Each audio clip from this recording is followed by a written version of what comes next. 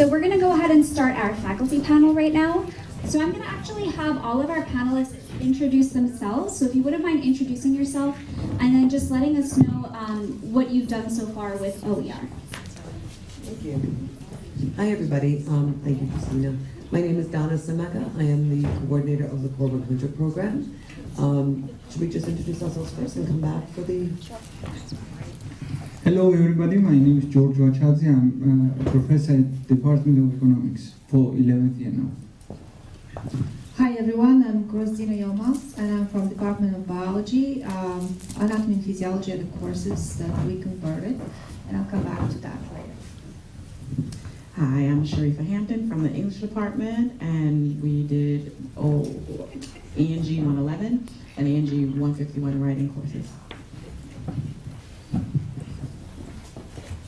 So can you just tell us a little bit about what exactly you did to convert your course into OER? Did you adopt a book? Did you revise one? And just a little bit about that. I have to say first, for the folks that I caught the last half hour or so before I got here, really exciting about the potential of what we can actually do, right? I can't speak for the rest of the panel, perhaps we'll hear more in a moment. Core 100 is really at its first stage development of this, and we're very excited about all of the possibilities and the expansions that we know are going to be, coming. Of course, it always falls to, will we have the resources to be able to support that, which is always a challenge. But the concept, fabulous. What it's done for Core, it's made us nimble. I was thinking about it this morning. I was like, how do I best explain this? When you're involved with a course like Core 100, which is basically a college-level civics course, you have to stay current. It's incredibly important to stay current. And I remember the last round of hard copy publication, the Obergefell decision had just come down from the Supreme Court. I mean, we literally had just given the green light to the publisher to go ahead and publish. And we said, wait, hold the presses. We've got to include this, the same-sex marriage case in Core's textbook. We don't have to worry about those things anymore. It's nimble now. As things happen, as Supreme Court cases come down, as important resources come our way that we have no copyright issues with, we can easily add them into the collection that is the Core online textbook. So I'm not going to eat up all the time. I'll take that. Well, I would like to start with thanking to Christina, Amy, and everybody who organized this conference. I'm happy to be here, and I'm happy to listen so interesting presentations. I would like to thank Andrew and Karen both for such an interesting. So you opened my eyes. So I have more questions now than I had before I came here. Thank you for such an interesting presentations. So.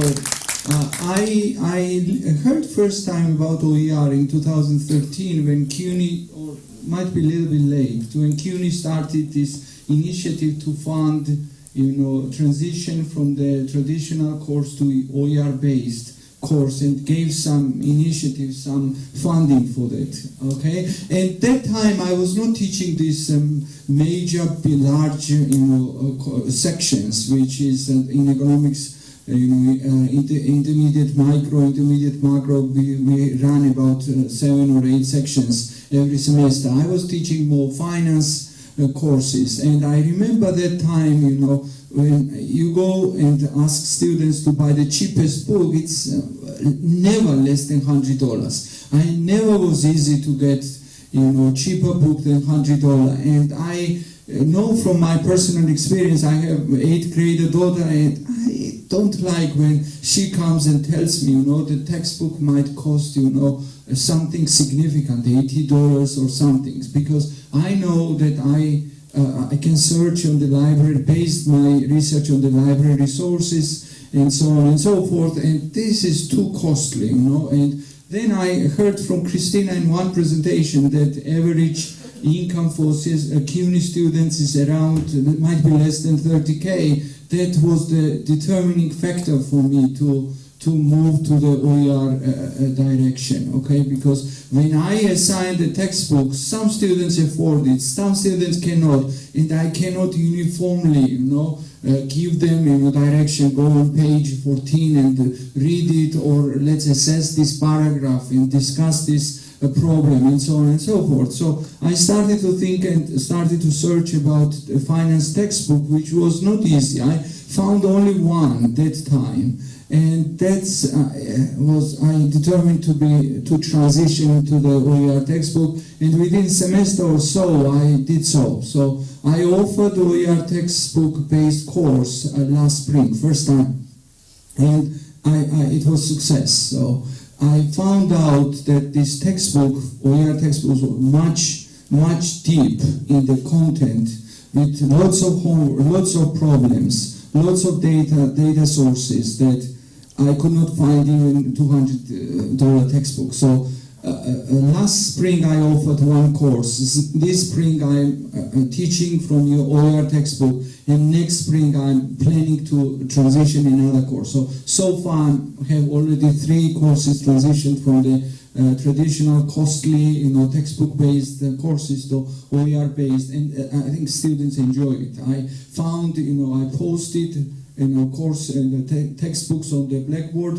Every time I go walk in class, I can assign students, go on page 214, read it, summarize it, and present in class. So everybody has it.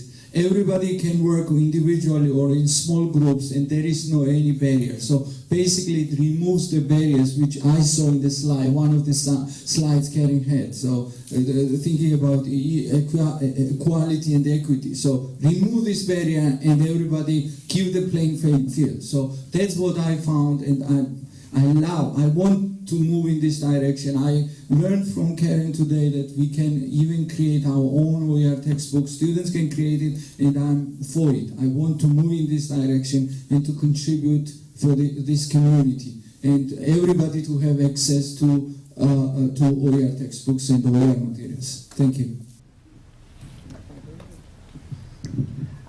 Okay, so my name is Grozdena one more time.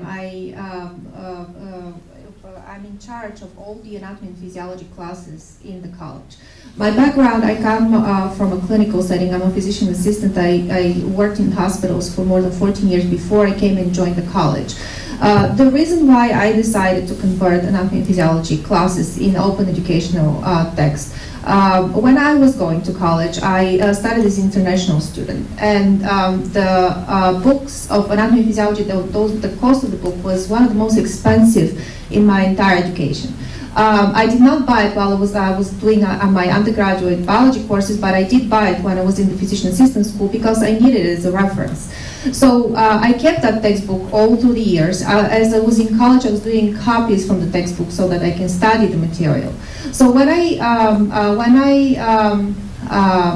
took anatomy and physiology classes here in the college and I started teaching them, the cost of the book in anatomy classes is anywhere between $200 to $250. We have about 16 to 18 sections every semester.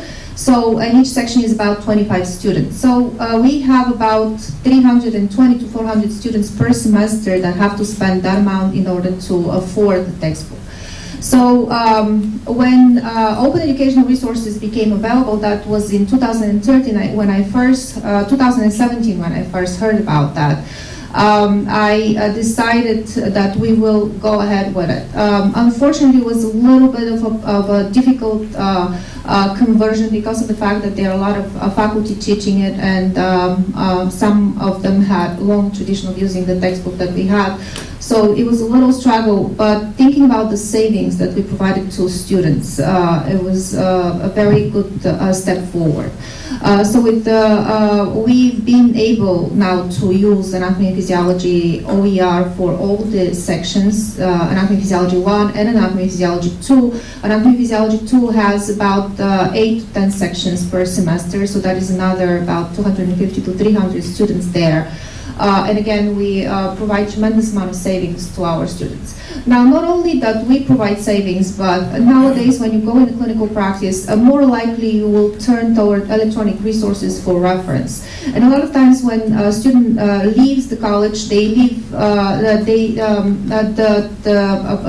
published textbooks will take away the access from them. So they will not have electronic access to their text. Now with open educational resources, they can download the material and they can always access it for their reference. So it makes that a lot easier for them to really obtain information if they want to consult to their textbook later. And Anatomy and Physiology, as a matter of fact, was the only textbook. I worked in surgery for many years, was the only textbook that I went back and I used a lot as a reference, because you need to check the anatomy, you need to check the structure. So it is something that students use a lot as a reference. So it was, again, it made it available and easy available to a lot of students, in addition to savings that we provide. What else? Yeah, we are still in step 1. We are very excited.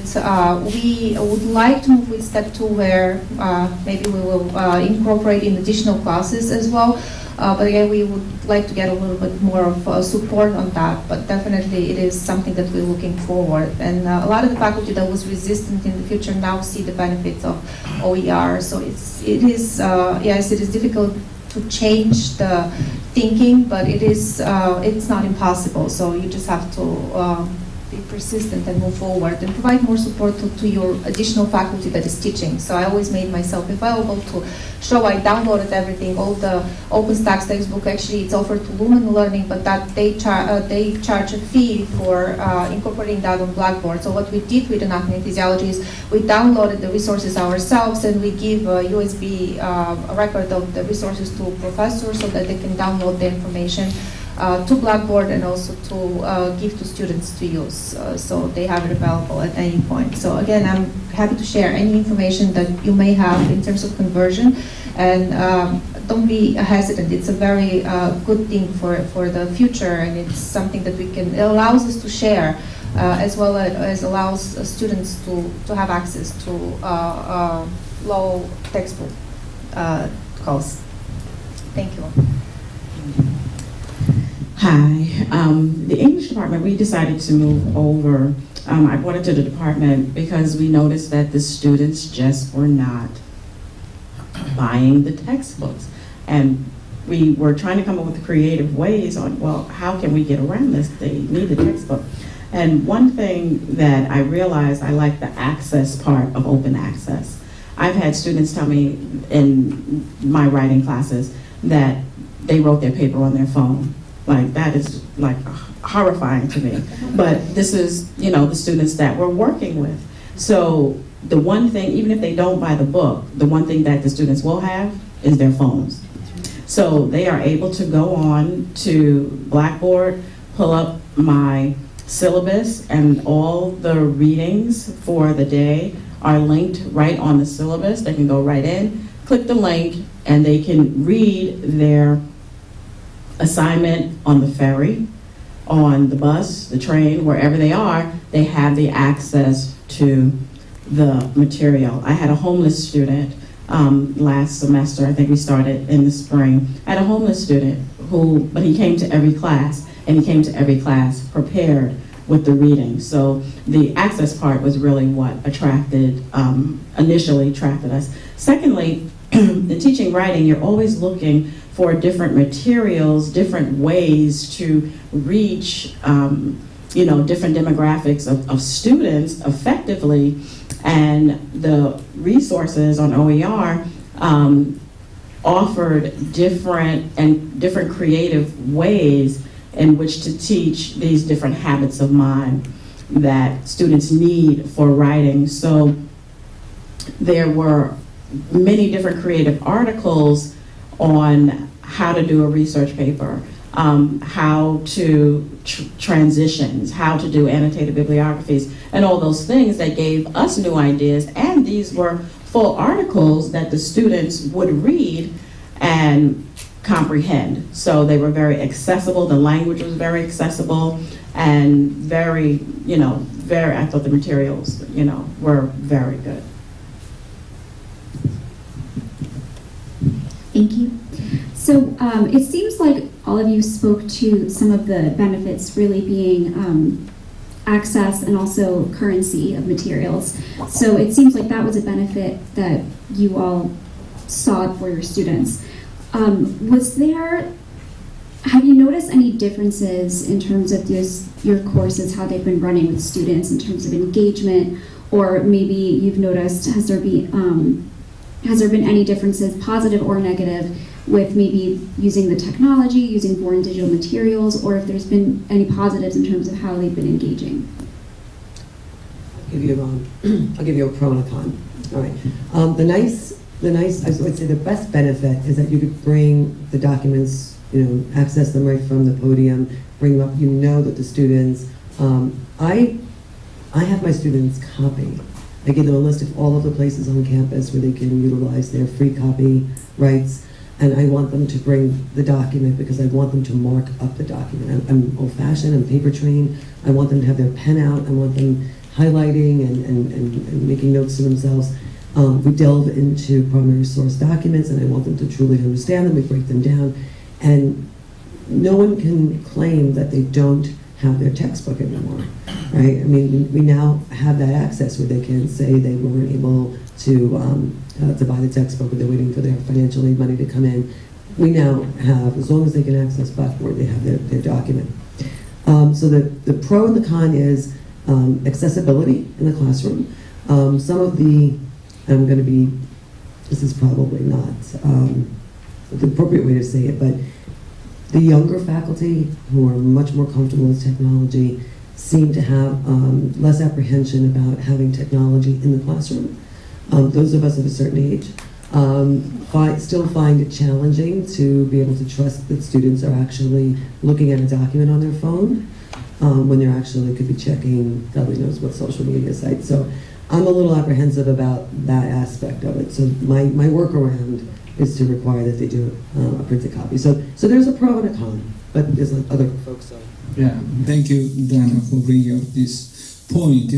How I handle this looking the social media. I have a monitor which shows every computers in the classroom what they are doing. Okay, and secondly, I award points. I have puzzle pieces. Everybody who participates on a particular question, I give award a puzzle piece which I collect at the end. So the definite pro is everybody has the textbook. No, that is in the old days I struggled because I wanted something to review from the text, but I could not force them to pay that much money to have textbooks, and I was grouping them, and trying to move students around. No longer I struggle on that respect. Everybody has the textbook. Everybody can open it and read it. If they decide to go social media, I'm going a little bit easy, okay? So I reward them by points. If they want to participate, they have textbook, and let them do it.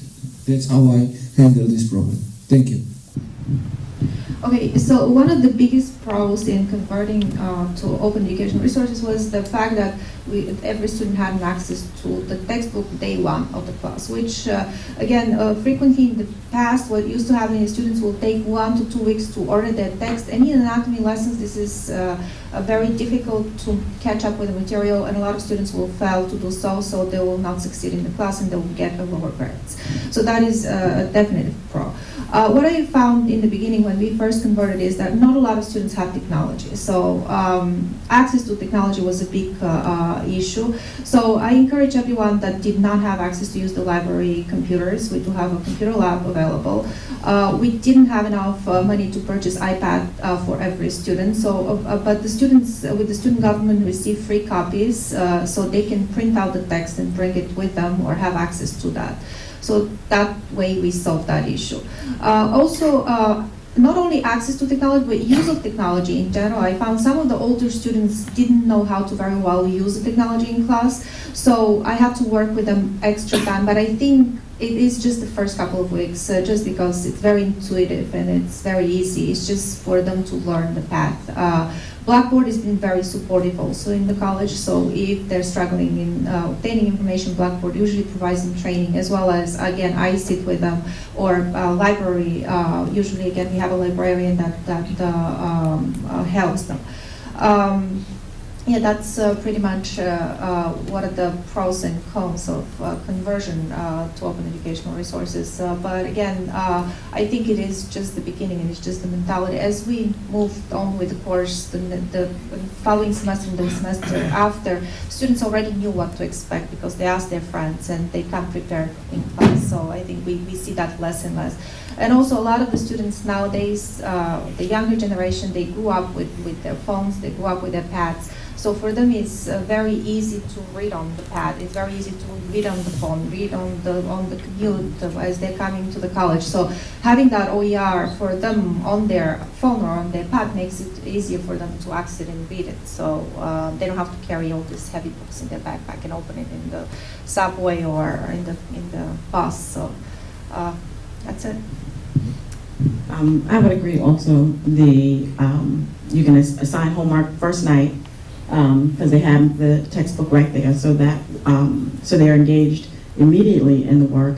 I took it a step further. If we had an article or a chapter that they felt was very long and a little complicated, I would ask them, which articles do you think we should print? And then we can go over it in the classroom, do group work easier. And I worked well with the print shop, and they would print any chapters that we decided as a group to print and go over in the classroom. So I think they're more engaged. I think they're pretty much more engaged. Thank you. So we have just about a few more minutes. Before I do have a few other questions for our panelists, but I would like to open it up if any folks have questions before I kind of continue with mine. This question is for Ms. Brown. I have looked for OER resources, and I have noticed that although there's a plethora of resources for science courses, and when I say not only resources like in terms of the of explanation and definitions of the concepts, but also of exercises for practice for students.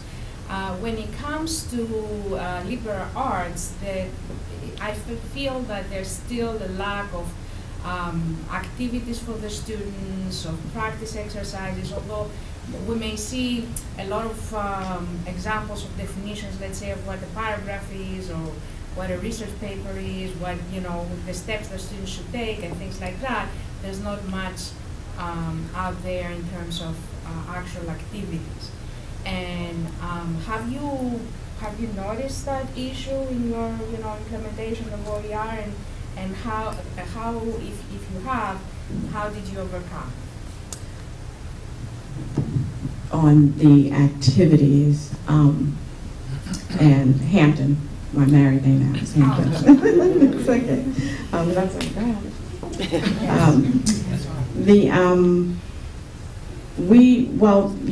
In our English department, they tend to move us away from drills, right? They don't, they have different,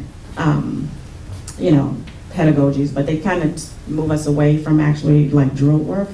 But there is I can't recall it right now, but there was an OER site that had different exercises for grammar and mechanics, right? Because you're speaking of grammar and mechanics, right? Are you talking about those activities? Not necessarily. It could be for paragraph development, could be for, elements of writing, not only, correctness and editing. Oh, okay. I think I pretty much rely on, I have not seen many classroom activities. I think I rely on what I've done over the years. I haven't found anything new as far as that classroom activities, per se. I haven't. I think the CCOER that I mentioned, that they have a repository that probably has some of the activities that you're thinking about. Okay. And I would also encourage you to create that with your students.